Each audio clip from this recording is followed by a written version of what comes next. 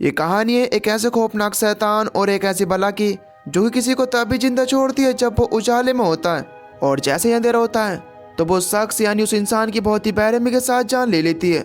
अब आखिर ये क्या बला है और ये लोगों को क्यों मारती है, चलिए जानते हैं इस वीडियो में। तो कहानी की शुरुआत में हम एक कंपनी के ओनर पॉल को देख पाते हैं जो कि इस समय अपने बेटे मार्टिन से वीडियो कॉल पर बातें कर रहा था। मार्टिन अपने फादर से कहता है कि मोम की तबीयत एक बार फिर से खराब हो गई है और वह अपने आप से ही बातें कर रही हैं। अब पॉल अपने बेटे मार्टिन से कहता है कि बेटा तुम टेंशन मत लो, मैं जल्दी कर आता हूँ।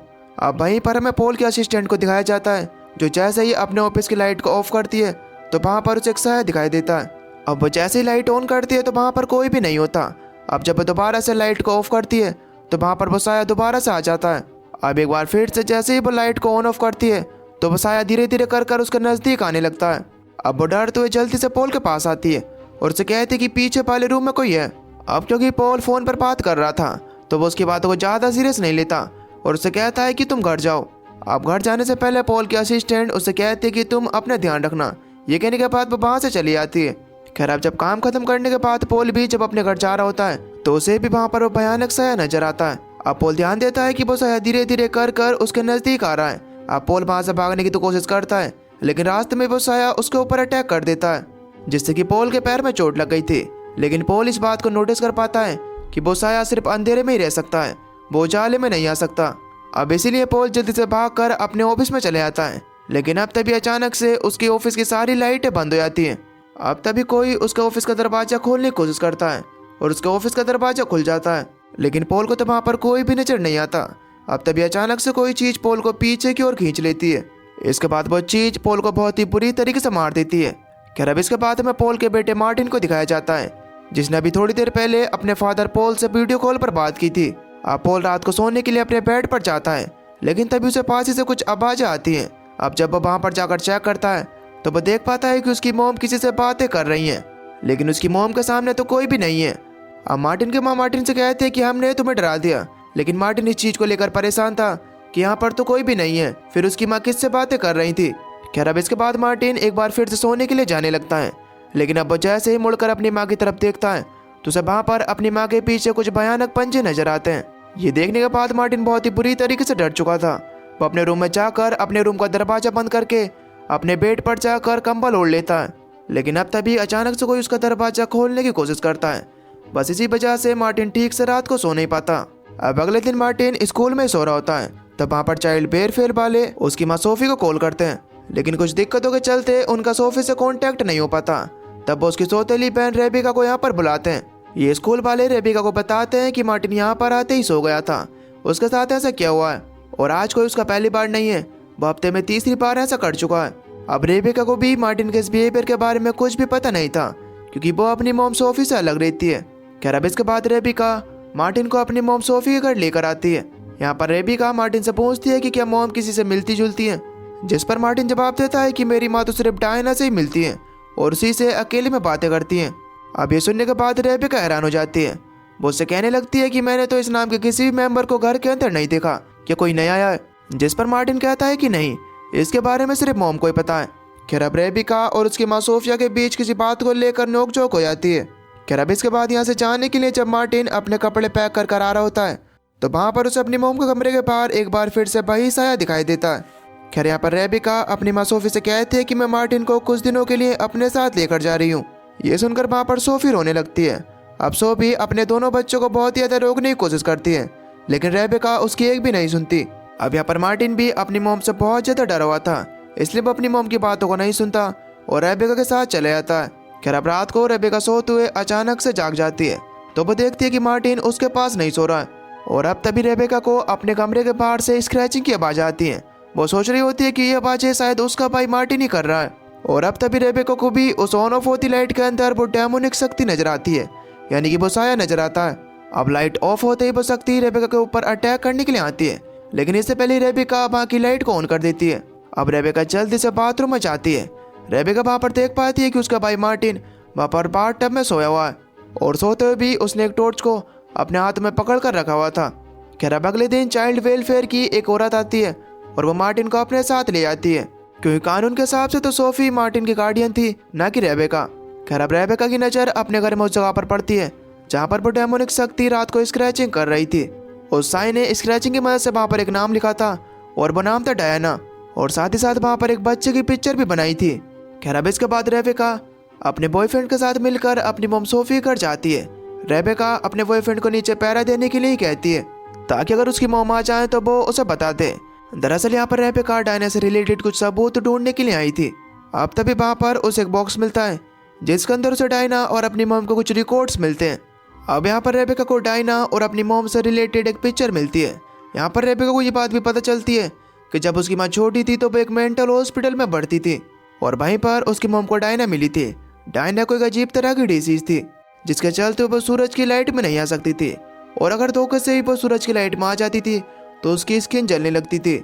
अब उसकी मॉम और डायना के बीच एक अच्छी दोस्ती तो हो गई थी, लेकिन बाकी कुछ लोगों का यह मानना था कि डायना एक शैतान है और डायना बड़ी आसानी के साथ सीधे साधे लोगों को अपने बस में कर लेती थी। और तो और उसने अपने फादर को भी बस में करके उन्हें सुसाइड करने पर मजबूर कर दिया था। लेकिन एक दिन हॉस्पिटल में तेज लाइट होने की वजह से अचानक से डायना की जान चली गई।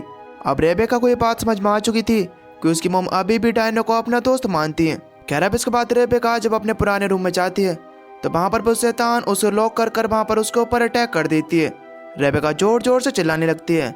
अब उसके चिल्लाने की आवाज़ सुनकर जैसे ही कमरे में उसका बॉयफ्रेंड आता है तो वहाँ पर लाइट होने की वजह से वो शैतान वहाँ से चली आती है। अब इस चीज़ से रेबेका पूरी तरीके से डर चुकी थी। अब इसके बाद वो उस बॉक्स को अपने बॉयफ्रेंड के साथ वहाँ से लेकर चली आती है।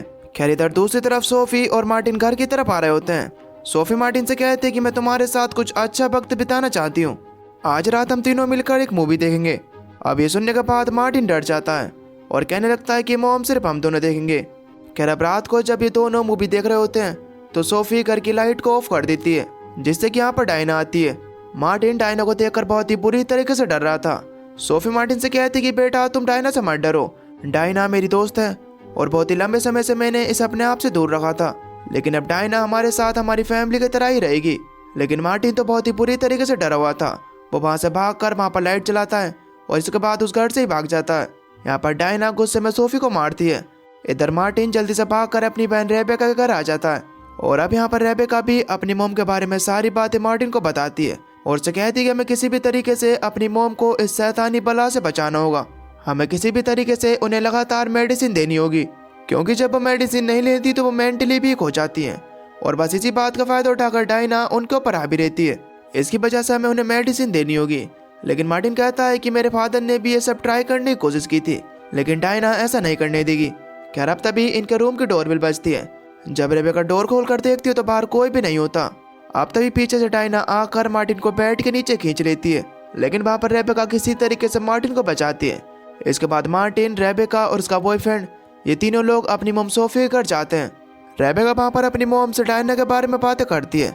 अब पहले तो सोफी ऐसे रिएक्ट करती है कि जैसे वो किसी डायना को जानती न हो, लेकिन अब जब वहाँ पर रेबेका सोफी के साथ डायना की पिक्चर दिखाती है तब सोफी कहती है कि अच्छा डायना वो तो मेरी फ्रेंड है। अब बस इन्हीं सभी बातों को लेकर वहाँ पर इन दोनों के बीच बहस होना शुरू हो जाती है। इसके बाद सोफी वहाँ से गुस्सा होकर अपने रूम में चली जाती है। खैर अब इसके बाद रेबेका अपने भाई मार्टिन के पास जाकर उसे अपने साथ चलने के लिए कहती है, लेकिन इतने ज़्यादा खतरा होने के बावजूद भी मार्टिन वहाँ से जाने से मना कर देता है। वो कहता है कि इस वक्त मेरी माँ को मेरी ज़रूरत है और मैं इतने मुश्किल टाइम में अपनी माँ को छोड़कर कैसे आ सकता हूँ। अब बस इसीलिए रेबेका और उसका बॉयफ्रेंड बैड भी यहाँ पर रुकने के लिए तैयार हो जाते हैं। अब इसके बाद रेबेका रात को सभी लाइट्स को ऑन कर उनके स्विच पर टैप को चिपका देती है ताकि कोई भी लाइट्स ऑफ ना कर सके। साथ ही साथ में लोग घर में लाइट की और भी चीज़ें लगाते हैं। यहाँ पर इनकी माँ सोफी बहुत ज़्यादा परेशान नजर आ रही थी और वो रेबेका को एक कागज़ का टुकड़ा देती है। और जब रेबेका उस कागज़ के टुकड़े को खोल कर देखती है तो उसमें लिखा होता है कि आई नीड हेल्प।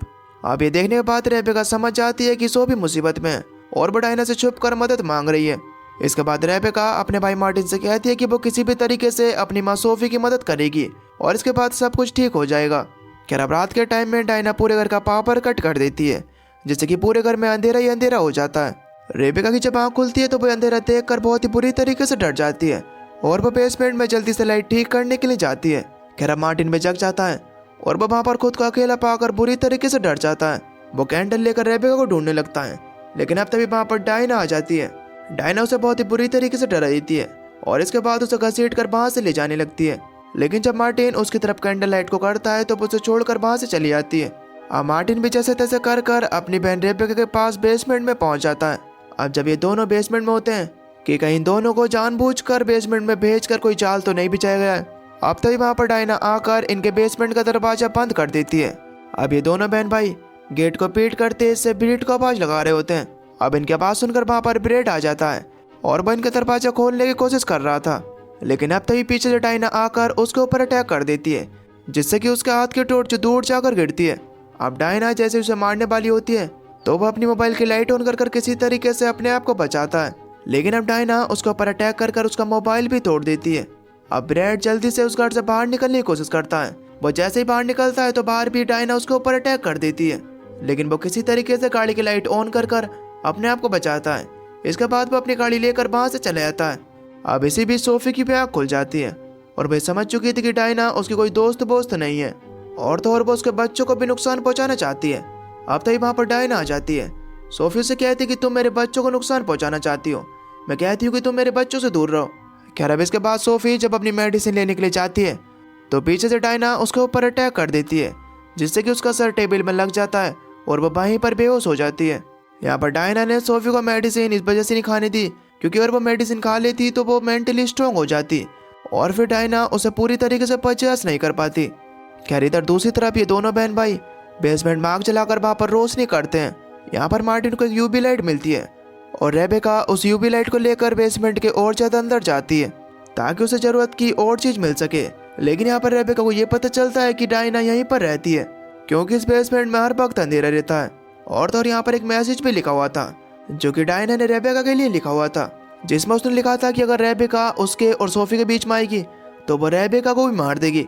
अब तभी अचानक से वहाँ पर डायना आ जाती है क्योंकि वो यूवी लाइट ज्यादा स्ट्रॉन्ग नहीं थी, जिसकी वजह से उसका डायना के ऊपर कोई ज्यादा असर नहीं होता।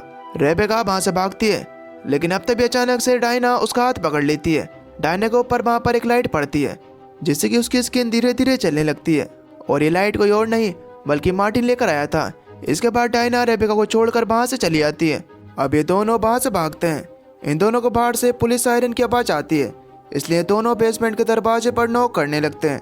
ये पुलिस ब्रेड लेकर आया था जिसके अंदर एक मेल और एक फीमेल पुलिस ऑफिसर थे। वो दोनों जल्दी से बेसमेंट की तरफ जाकर वहाँ से रेबेका और मार्टिन को निकालते हैं।